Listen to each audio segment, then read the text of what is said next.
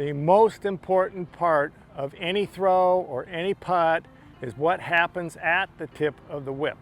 That's where the acceleration happens.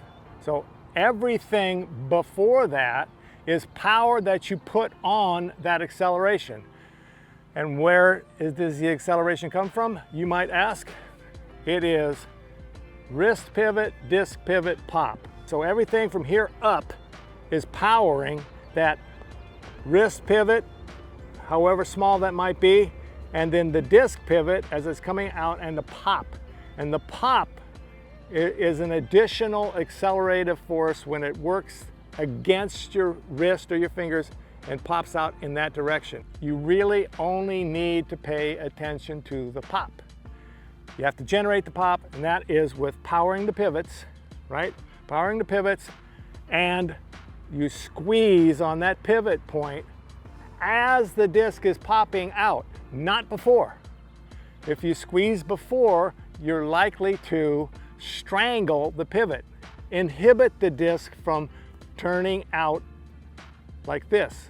So if these fingers are on here and they're really tight, and you prevent that thing from pivoting out and getting to the pop, it's going to pop all at once and probably go that way and hurt.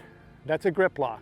What you focus on when you throw is the disc popping to the target, and that's all you focus on. You generate power, and you use all that power that you're generating to pull the whip, which is the pivots and the pop. Both pivots and the pop, which happen in a very short period of time.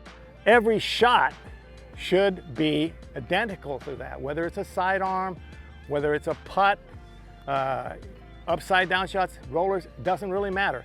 They all have the same rhythm. They all pivot and pop, and you put as much power on that pivot and pop as you need. Now, if you want to practice this, sidearm's probably the easiest to practice with.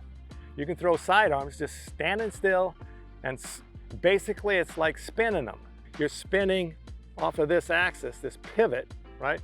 This pivot, that pivot, and the pop, bang, just stop your hand right there, pop, like that, pivot and pop.